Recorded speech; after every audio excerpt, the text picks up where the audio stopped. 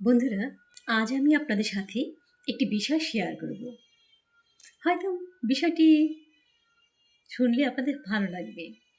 ভিডিওটি না দেখে কিন্তু একদম যাবেন না। তাহলে শুনুন, আমার একটি স্বপ্ন আছে। আমার স্বপ্নটির নাম হচ্ছে স্বপ্নবাড়ি। আর এই স্বপ্নবাড়িটি খুবই ছিমছাম। ধরুন, আমার একটি জায়গা আছে। সেই জায়গাটির মাঝে সুন্দর একটি ডুপ্লেক্স বাড়ি। তার চারপাশ দিয়ে একটি খাল খনন করা হয়েছে।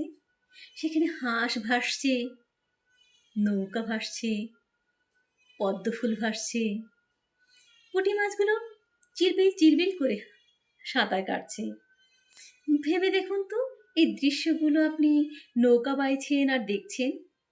আচ্ছা, যাই হোক, তারপরের কথাগুলো বলি। এই ডুপ্লেক্স থেকে খালটি পার হওয়ার জন্য বেশ কয়েকটি সিঁড়ি আছে।